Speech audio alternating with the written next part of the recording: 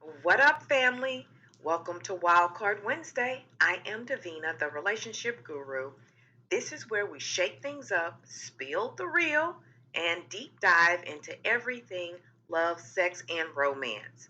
No filters, no fluff, just straight up truths and insight. You never know what's coming next, so buckle up.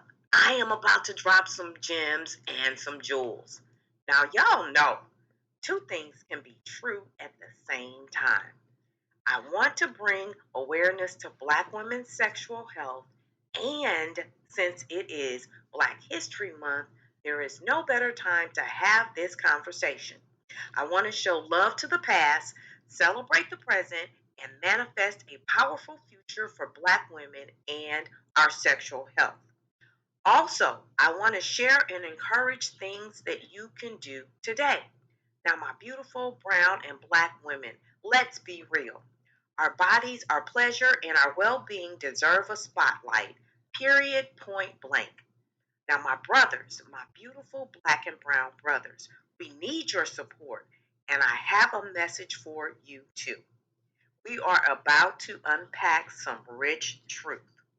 However, before you go, be sure to hit the like, subscribe, and alert bells. It only takes 2 seconds of your time, and I really appreciate it.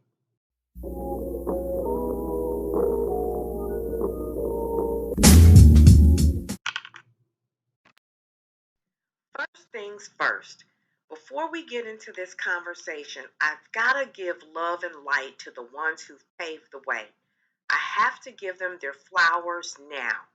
I am talking about legends like Pauli Murray, Billy Avery, Gail Wyatt, and Dion Stevens.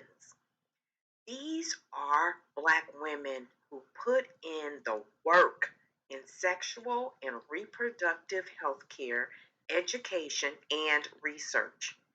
These queens created space for us to stand tall in our truth, fight for sexual and reproductive justice, and to call out the deep rooted beliefs that still impact Black women's sexual health today.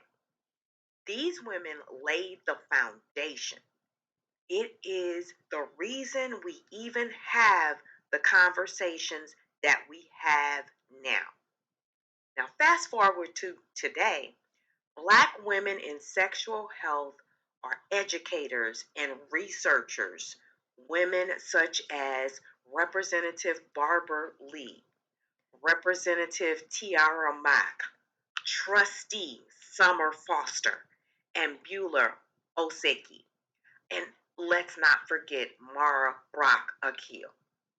These women are out here making sure our sisters get the knowledge and care that they deserve. Seriously, just 5 years ago, a lot of things that we talk about today could not be talked about without shame and embarrassment pushed up on us. Now, I've been putting in some work behind the scenes and filling in the gaps where I can, when I can, by breaking down myths and stereotypes about Black women's sexuality, teaching women how to advocate for themselves in healthcare settings and in all relationships. And I do my best to speak on real issues we face. This means that I talk about things like the lack of fair treatment in healthcare, why pleasure matters. And yes, it does, sis. Yes, it does. How to speak up when we need to speak up. How to speak up with what we need and what we want in our relationships. Now, if we go back and look at all of my social media platforms over the last 3 years, I have been talking about sexual wellness, especially women's sexual wellness. Let's be clear, there are some things that have gotten better. However, there's still a lot of misconceptions and stereotypes that need to be changed. We still have a long way to go to make sure all Black women have a solid sex education and proper health care. Our future is full of strong Black women who can relate and represent the struggle Black women face. My hope is that Black women continue to push against the false stereotypes. My hope is that women find their voice and demand the care that they deserve. My hope is that one day we can have real, open conversations about Black women's sexual health without shame. Women, what are the things that you can do? I'm glad you asked. Here are some things that we can do. Fight for sexual and reproductive justice. Demand sex education that actually represents us. Build real, trusting relationships with our doctors. Stand in our sexual agency by knowing what we want, what we need, and what we deserve. Men, if you are listening, what can you do? Yes, there are things that you can do. You can educate yourself.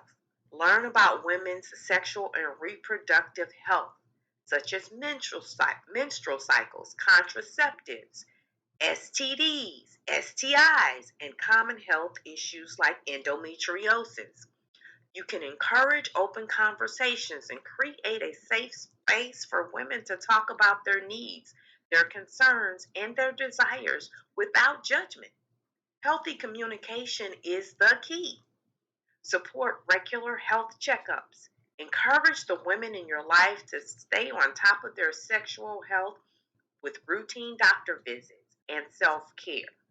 Offer to go with them to appointments if that is the support that they need. Respect boundaries and consent.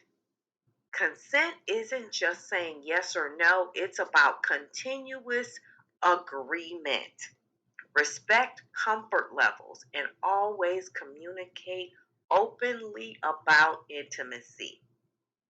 You can share responsibility in birth control and protection. It should not solely fall on the woman. Be proactive in discussing contraceptive options and always practice safe sex. Then you can challenge stigmas and stereotypes and call out myths and double standards around women's sexuality.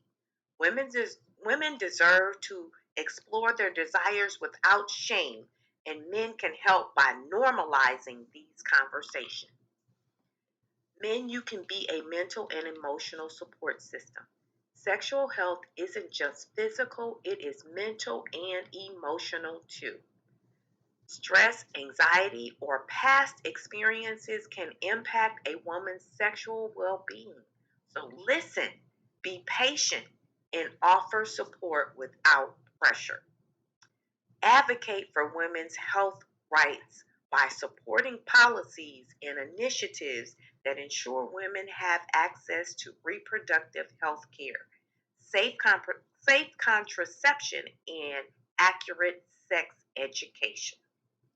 At the end of the day, it's about respect, education, and partnership. The bottom line is we are powerful, we are deserving, we are enough.